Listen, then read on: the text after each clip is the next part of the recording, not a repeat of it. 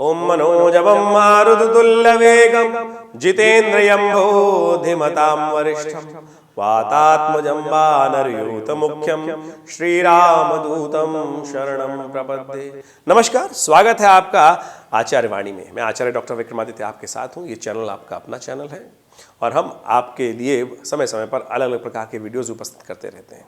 आज हम उपस्थित हैं तुला राशि वालों के लिए कैसा रहेगा 21 फरवरी से लेकर 28 फरवरी तक का समय। देखिए, तुला राशि वालों के लिए यह समय आपके लिए बड़ा क्रिटिकल सा है। कुछ दिन अच्छे हैं, कुछ दिन कष्ट वाले भी हैं। कुछ सावधानी बरतनी चाहिए और कभी कभी आपकी स्पीड बढ़ाने का आपको प्रयास कर लेना चाहिए। देखिए, ज्योतिष आपको प्रत्यक्ष रूप से समझा देता है कि कब आपको अपने फुल स्पीड पर गाड़ी चलानी है और कब आपको सावधानी से गाड़ी चलाने की जरूरत है। यही जीवन की पद्धति है। तो कहाँ आपको अच्छे स्पीड मिलने वाली है, कहाँ उबड़ खाबड़ सड़क प्राप्त होने वाली है और कहाँ आपके लिए गड्ढा आने वाला है, यदि ये समझ में आ जाए तो आपके लिए रास्ता ज्ञान प्राप्त करके, ज्ञान के द्वारा ही तो आप सब कुछ विजय प्राप्त कर सकते हैं। तो इस ज्ञान को प्राप्त करने का आपको प्रयास करना चाहिए। तुला राशि वालों के लिए यदि हम बात करें तो सबसे पहले 21 तारीख की, 21 तारीख से विशेष तौर पर एक विशेष योग बन रहा है।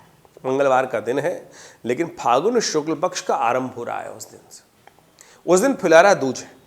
फिलारा दूज जो होती है विशेष तौर पे, वैसे तो भारतीय संस्कृति में उसको अनसूज साया माना जाता है।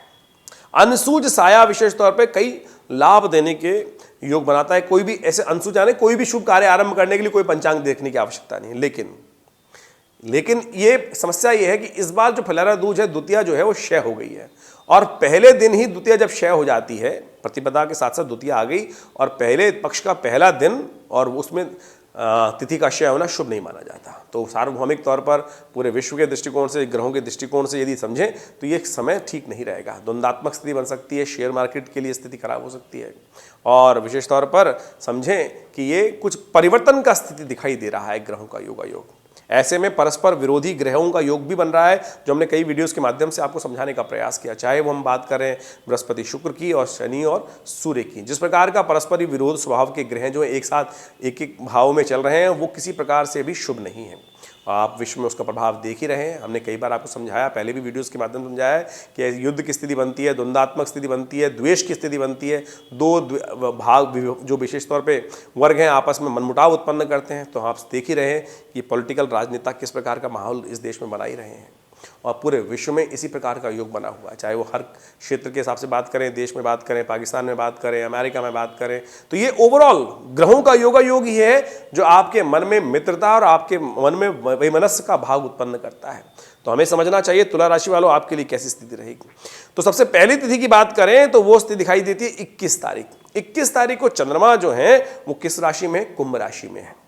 तुला राशि वालों के हिसाब से ये दिन आपके लिए जो ग्रहों के योग बन रहा है वो दिखाता है कि आपके लिए खास तौर पर अच्छी रहेगी स्थिति। मन आपके कंट्रोल में रहेगा और आपके लिए लाभदायक स्थिति बन सकती है और आपके बारे में कोई नेगेटिव सोचेगा उससे आपको चिंता करने की जरूरत नहीं, उसके अपने आप ही ह्रास हो जाएगा। ये ग्रह दिखा रहे हैं कि आपके शत्रु आपको कुछ नहीं बिगाड़ सकते। तो पहले दिन आप अच्छे से काम करने का प्रयास करें, लेकिन चंद्रमा तो बहुत दिन तक सारे दिन एक समान नहीं रहते ना, तो चंद्रमा तो बदलने वाले हैं। चंद्रमा बदलेंगे विशेष तौर पर कब? उसी दिन 22, जो आप समझें कि 22 तारीख को सुबह 1:03 पर चंद्रमा अपने गोचर में स्थिति बदल लेंगे और वो चले जाएंगे मीन राशि पे। मीन राशि आपकी छठी राशि पड़ती है। ये रोग और शत्रु को वृद्धि करने की योग बनाएगी।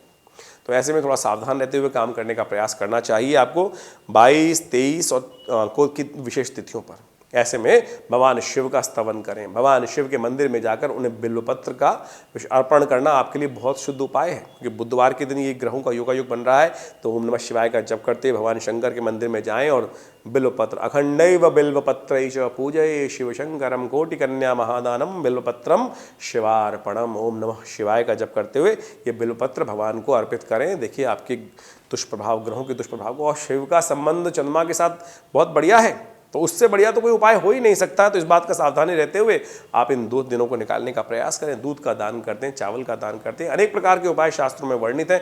जैसी भी आपकी सामर्थ्य उसको करने का प्रयास करें। सबसे श्रेष्ठ है भगवान शिव को प्रसन्न करें। तो हमने आपको उसका रास्ता बता दिया।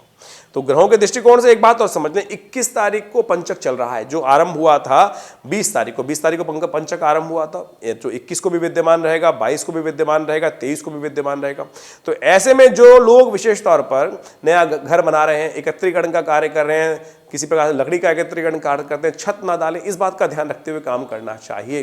कई बार कष्ट हो जाते हैं और हमने देखा है, तो ऐसे में इन सब तिथियों को विशेष तौर पर सावधानी के साथ समझना चाहिए। पंचक का प्रभाव तो प्रत्यक्ष है और इसका विशेष तौर पर ध्यान रखते हुए काम करने का प्रयास करना चाहिए।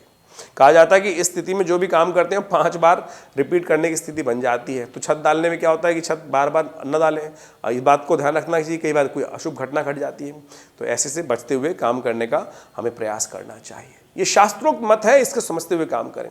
और हमने एक बात जो बताई आपको कि 21 तारीख को फैलाना दूज है और वो एक तरह से अनुसूत होते हुए भी शुभ नहीं है इस बार, तो उसका आप यदि काम बहुत जरूरी है तो एक मुहूर्त हम आपको बता देते हैं, उसका लाभ ले सकते हैं। 24 तारीख को सुबह 6:55 से सर्वार्थ सिद्ध योग बन रहा है, जो पूरे दिन विद्यमान है, उसको आप लाभ लेते हुए काम कर सकते हैं, वो आपके लिए बड़ा शुभ रहेगा।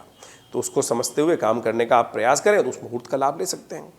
जो चंद्रमा आगे जाएंगे मीन राशि से मेष में, वो आपके लिए बड़े अच्छे हैं। 24 तारीख को सुबह 3:43 पर चंद्रमा मेष राशि पर चले जाएंगे, वो आपके लिए बड़े अच्छे योग बनाएंगे, वो आपके लिए उन्नतिदायक युग बनेंगे, आगे बढ़ने के युग बनेंगे। अच्छे से आप लाभ ले सकते हैं, मन भी अच्छा रहेगा, उत्साहवर्धक रहेगा और खासतौर पर मन काम में लग जाएगा और शुद्ध रूप से चंद्रमा बिल्कुल वहां विद्यमान है। एक बात और ध्यान रख लीजिएगा, इस बार बड़ी एक अच्छी स्थिति बन रही है। एक छोटा सा उपाय आपके जीवन में कल्याण का योग बना सकता है। जी हाँ, नोट कर लीजिए, छोटा सा उपाय जो मैं आपको अभी ध्यान आ गया, मति में उत्पन्न हो गया, बुद्धि है कहाँ आ जाती है, विचार आ गया, पड़ा हुआ उपाय है। 21 तारीख को चंद्र दर्शन है, शाम के समय चंद्रमा जैसे ही उदय होंगे तो उस समय कोशिश करें उस चंद्रमा को दर्शन कर लीजिए और उसके बाद अपने माता पिता गुरुजन का आशीर्वाद भी ले लीजिए। कहा जाता है कि यह अद्भुत उपाय है, इसको कर कर आप समस्त अनिष्ट ग्रहों को ठीक कर सकते हैं। तो ये उपाय आप विशेष तौर पे करने का प्रयास कीजिए। 21 तारीख की शाम को चंद्र दर्शन हो रहा है, चंद्रमा उदय होंगे, बहुत कुछ देर के लिए उदित होंगे, तो ऐसे में चंद्र दर्शन कर कर बहुत बाल के बराबर के चंद्रमा वहाँ आकाश में उपस्थित होंगे थोड़ी देर के लिए शाम के समय सूर्यास्त होने के बाद। तो उनका दर्शन करके अपने माता पिता गुरुजन का आशीर्वाद लें, आपके समस्त कष्टों को दूर करने का पूरे महीने के लिए अद्भुत योग बना सकते हैं आप, और फिर आपके लिए बड़ा अच्छा रहेगा। महीने में एक दिन योग बनता है ये वाला, इसका लाभ आप ले सकते हैं। और यदि आप बात करें तो मेष राशि में तो हमने बताई दिया आपको, चंद्रमा बड़े शुभ स्थिति में रहने वाले हैं, आपके लिए लाभ देने की स्थिति बनाने वाले हैं। तो ऐसे में अच्छे से काम करने का प्रयास करें। 24, 25, 26 तक का समय बड़ा अच्छा रहेगा। 26 को सुबह 10:18 पर चंद्रमा जो है वृषभ राशि में जाएंगे। ये थोड़ा सा आपके लिए उतना अच्छा तो नहीं रहेगा, थोड़ा सा भारी हो सकता है, तो आप इस बात का ध्यान रखते हुए काम करने का प्रयास कीजिए। तो आपके ग्रहों के दृष्टिकोण से 26, 27, 28 में आपको एक काम करना चाहिए। 26, 27, 28 में आपको विशेष तौर पर हनुमान चालीसा का पाठ करना चाहिए।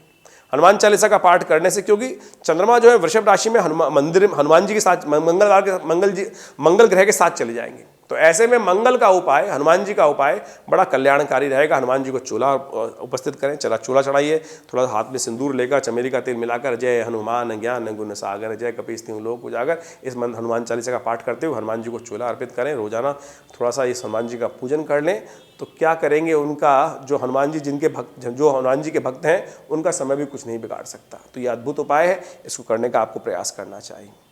एक बात और ध्यान रखेंगे, 27 तारीख को होलाष्टक आरंभ हो रहे हैं। होलाष्टक 8 दिन तक विद्यमान रहेंगे, 7 मार्च तक के लिए। ये दिन किसी प्रकार भी शुभ नहीं होते हैं। होलाष्टक के समय में कोई नया कार्य आरंभ नहीं करना चाहिए। शास्त्र में दृष्टिकोण से इस बात को बताया गया है, कोई नई व्यवसाय का आरंभ, नई चीज़ों का आरंभ, ये दिन कहे जाते हैं जलते बुझते दिन होते हैं। ऐसे में आपको विशेष तौर पर ध्यान रखते हुए काम करना चाहिए। एक काम करें, एक अच्छे से रूप में बिलपत्र की एक बंधनवार बनाकर अपने घर के ऊपर मेन द्वार पर लगाने का प्रयास करें।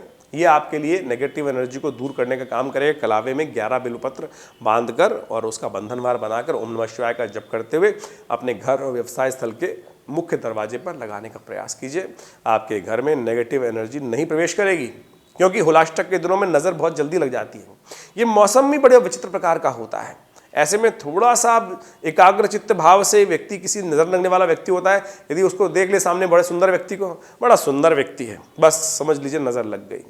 कोई आपका बड़ा अच्छा सा रंग आपने करवाया और किसी नज़र लगने, ऐसा नहीं कि हर व्यक्ति की नज़र लग जाती है, किसी विशेष प्रकृति के व्यक्ति की नज़र ही लगती है और वो नज़र आदमी को तोड़ देती है, मकान में दरार डाल देती है, कई प्रकार की समस्याएं उत्पन्न कर देती हैं। बच्चे को तो आपने देखा होगा, छोटा बच्चा होता है, दूध ही नहीं पी रहा होता है, कहते हैं नज़र लग गई, और थोड़ा सा टोटका करने के बाद वो बच्चा दूध पी लेता है। जो सो नहीं रहा होता है उसको उस टोटके के बाद नींद आ जाती है।